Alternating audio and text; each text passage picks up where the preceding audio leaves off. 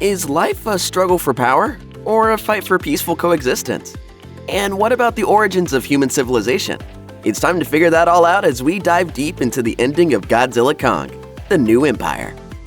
In the previous MonsterVerse installment, 2021's Godzilla vs. Kong, the titular titans were at each other's throats. Alpha creatures aren't exactly known for sharing territory peacefully after all. Eventually though, they came together to defeat Mecha Godzilla. But they didn't resolve their differences so much as agree to keep themselves separate. And so, Godzilla has remained on the Earth's surface, while Kong has gone on to live where his ancestors once roamed, the realm known as Hollow Earth. The New Empire examines how this peace can be broken due to the actions of a new faction that's as greedy as it is evil. But these creatures ultimately just want to find a corner of the planet that they can call their own. As the New Empire opens, the MonsterVerse has reached a temporary equilibrium. The Titan-focused government agency known as Monarch has helped the cities ravaged by previous Titan fights rebuild, and the natural order has found balance with the help of Godzilla, who dispatches any pesky Titan predators that rear their massive heads. Meanwhile, Kong is keeping the peace on Hollow Earth, with a minimum of fuss, so much so that the Monarch operatives assigned to the Hollow Earth station are practically dying of boredom. However, Kong remains deeply lonely, believing that the rest of his race went extinct long ago. After he outwits a pack of ravenous wolf-like creatures, he thinks he hears Godzilla's roar nearby, and goes to investigate only to see that it's just a frog-like creature mimicking the sound. Unfortunately for Kong, heartache isn't his only ailment, as his front fang is infected. As both issues persist, he finds himself doing what he knows he shouldn't by making his way back to the surface world just outside a Monarch outpost. As for the human characters, Dr. Eileen Andrews and her newly adopted daughter Gia, the lone iwi survivor of Skull Island, are enduring their own aches and pains. Eileen is attempting to keep the Titan monitoring organization Monarch on track and making various public appearances to assure humanity that Godzilla and Kong are right where they need to be. To her dismay though, a mysterious signal seems to be coming from an uncharted section of Hollow Earth. This also starts to affect Gia personally, as she feels compelled to draw pictures of the signal's pattern. Desperate for answers, Eileen tracks down Bernie Hayes, the conspiracy theorist and podcaster. He confirms that the patterns are the same thing that Gia is drawing and presumes that the signal is an SOS. He then flies with her to the Monarch base where Kong has emerged. Worried that Kong's presence has made Godzilla wake up, Eileen calls in a favor from an old flame of hers to help with Kong's dental work, daredevil veterinarian Trapper. After replacing Kong's infected tooth with a shiny metallic fang, Trapper is invited on the mission to Hollow Earth. On top of all that, Eileen realizes that if she doesn't investigate the source of the signal, the world's governments may get involved. As Eileen, Gia, Trapper, and Bernie journey into Hollow Earth, they attempt to keep a low profile and steer clear of the local wildlife. Landing near the main Monarch outpost, they discover that it's been totaled and that the few personnel there have been slaughtered by something big and mysterious. Venturing deeper into Hollow Earth, the gang soon finds an ancient temple that was clearly constructed by the Iwi, confirming that their culture began here and eventually ended up on Skull Island. This could also mean that they may have been the first ever human society on Earth. Following the temple's layout to a large organic membrane, Gia opens up the barrier and the group discovers a hidden population of Iwi, protected from the rest of Hollow Earth. As the gang explores the hidden kingdom, they discover that the Iwi communicate via telepathy and that they have access to a series of portals to Earth that emerge at key points on the surface. After the Iwi queen reveals to Gia that they were the ones sounding the SOS and that the girl is important to one of their ancient prophecies, Eileen begins to worry that she's about to lose her daughter. Meanwhile, Kong discovers that he's not as alone as he initially thought he was, as he stumbles upon an uncharted area of Hollow Earth populated by a hidden society of apes.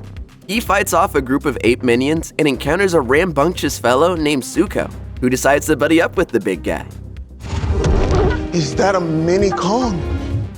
Soon enough, Kong also discovers that all these other apes have been living under the dictatorial thumb of the Scar King. As the Iwi Queen reveals at the beginning of the world, there was harmony between the Titans. But then, Scar King, driven by greed and a lust for power, set off a war by attempting to establish dominance on the surface.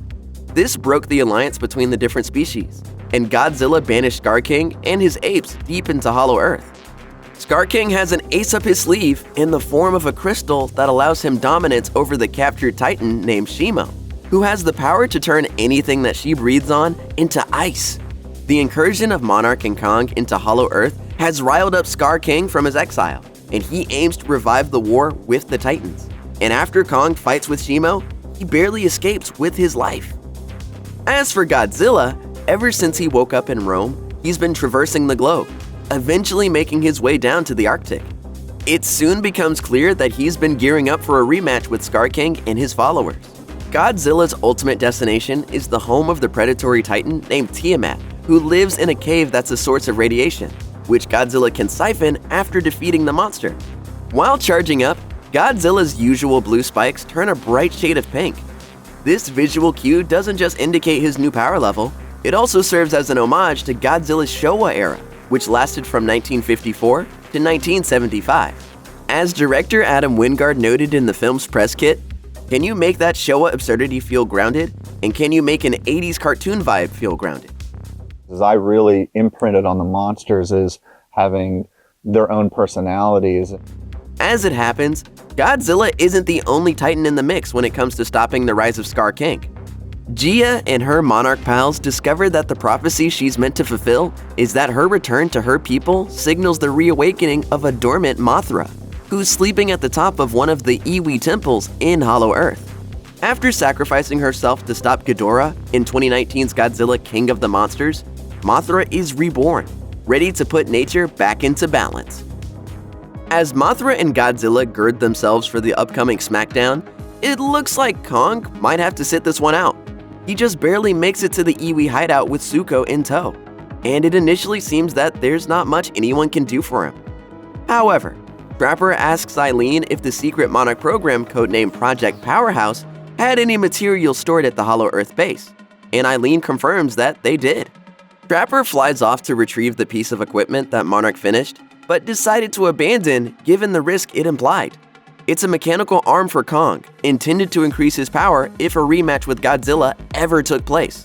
The device also injects medicine into the ape's wounded hand.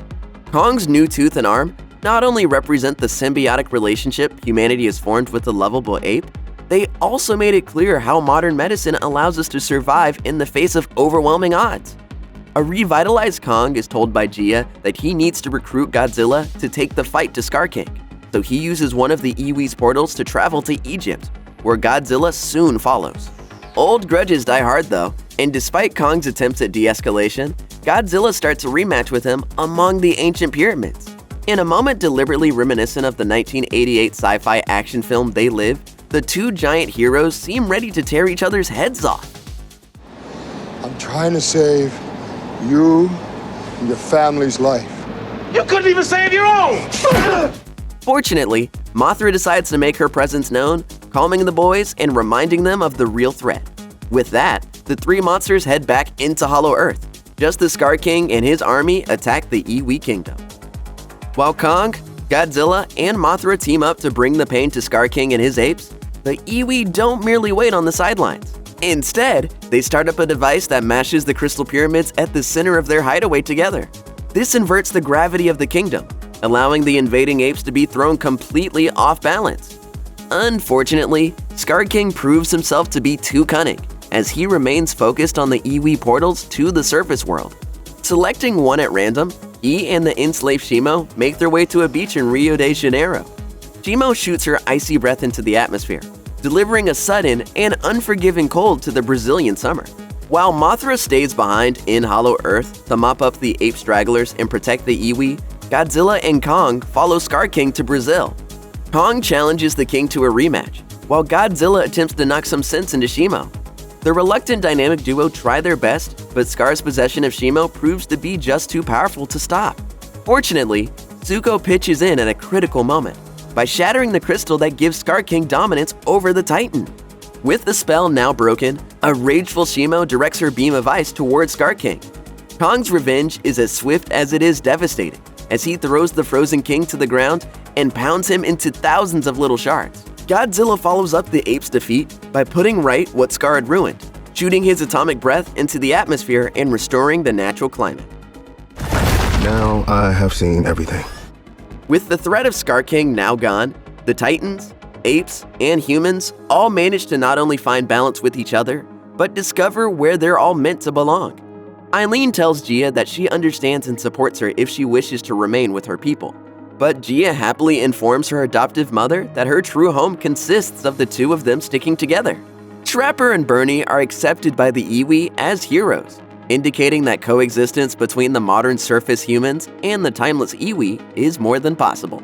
Meanwhile, Mothra helps restore the organic barriers surrounding the Iwi kingdom, not so much to keep them isolated, but to protect them from the more vicious wildlife within Hollow Earth. Godzilla treks back to Rome, while Kong and Zuko return to the one-time realm of the Scar King while riding on Shimo's back. Kong raises his fists in the air, shouting his triumph over the dictator and announcing his own reign, which will no doubt be far more benevolent. There's some clever irony in the needle drops that Adam Wingard chooses to open and close the film with. The opening song is Jim Reeves's Welcome to My World, which indicates a selfish point of view while inviting a more diverse one. Meanwhile, the closer is Badfinger's Day After Day. Released in 1971, it contains the lyric, "Looking out from my lonely room," which stands in stark contrast to Kong's newfound companionship.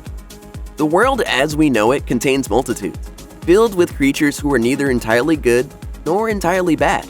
Although some of them tip those scales out of balance, the majority of life on Earth is only able to exist thanks to everything around it.